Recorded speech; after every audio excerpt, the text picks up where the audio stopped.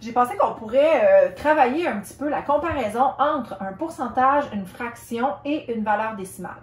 En fait, je te dis ces trois termes-là, mais ils représentent la même chose. Okay? C'est un peu comme si j'avais, je sais-tu, moi, des tomates entières, des tomates coupées en dés, puis des tomates broyées. Ultimement, c'est une tomate, là, il y en a une que j'ai foirée, une que j'ai coupée, puis l'autre que j'ai laissée comme ça. Mais c'est une tomate pareille. Donc, ça revient un petit peu à la même chose au niveau des fractions. Donc, premièrement, je t'invite à regarder le tableau que je t'ai montré juste ici, puis tu vas pouvoir comprendre un peu la portion décimale ou la portion fractionnaire du tableau de numération. Alors, comme je te disais, ce que tu connaissais déjà, en fait, c'est les unités de 1000. Donc, ça correspond au gros cube. Okay? Ensuite, tu connais déjà les centaines qui correspondent à la plaquette. Par la suite, tu as les dizaines qui, eux, correspondent au bâtonnet. Et tu as les unités qui, eux, correspondent au tout petit cube. Quand on parle de fraction, eh bien, on peut un peu se représenter ça de la même manière. C'est comme si on avait pris notre petit cube ici, des unités, et que je l'avais grossi avec une loupe. Je le grossis avec la loupe, et là, pow!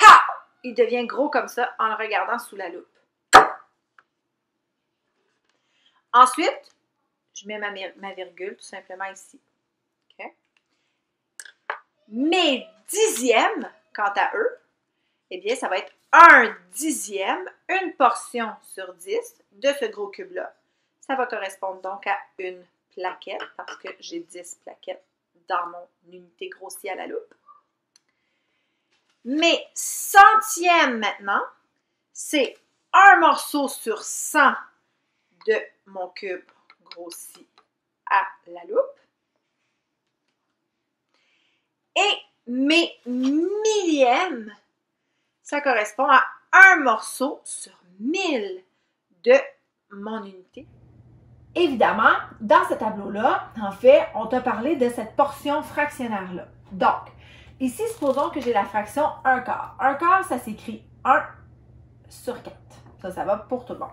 Maintenant, si j'ai la valeur 1 quart et que je voulais la transformer en décimale, tu as vu tantôt avec le tableau de numération que je t'ai parlé de 1/10, 1 centième et 1 millième. Ça veut dire que si je veux transformer une fraction en valeur décimale, je peux uniquement parler en dixième, en centième, en millième. Il n'y a aucun autre langage que je peux parler parce que sinon, je ne serais pas capable de venir positionner mon chiffre dans ma bonne colonne. Okay? Donc, par exemple, ici, j'ai les unités. J'ai la virgule qui est là. J'ai les dixièmes. J'ai les centièmes. J'ai les millièmes.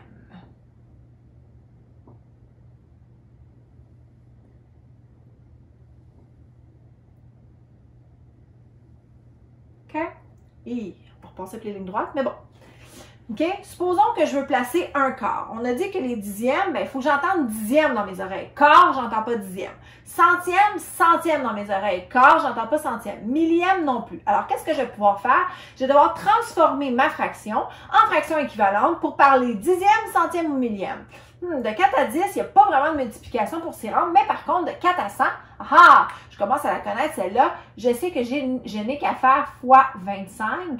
Et ce que je fais à maman, je fais à papa fois 25. Ça va me donner 25 centièmes. Hey! 25 centièmes, ça me dit quelque chose. J'entends 25 dans la colonne des centièmes. Ben, je pourrais l'écrire comme ça. Non, juste un chiffre par colonne, n'est-ce pas? Tu t'en rappelles? Donc, je vais venir écrire le 5 ici et le 2 de ce côté-là. Lorsque je veux faire la valeur décimale, ben, j'ai tout simplement à mettre ma virgule et à mettre le 0 ici parce que j'ai 0 unité, j'ai rien. Et on va écrire 25 centièmes comme de la façon suivante, 0,25. Mais on le prononce quand même 25 centièmes. C'est important. OK? Juste quand on parle d'argent, qu'on ne dira pas je vais te donner un 25 centièmes. On ne dit pas ça. Je vais dire donner 25 cents. Ça va. OK? Sinon, on prononce quand même 25 centièmes, mais ça s'écrit 0,25.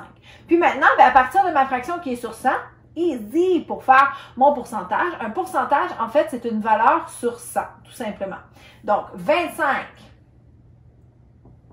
centièmes, ça va donc être égal à 25 tout simplement.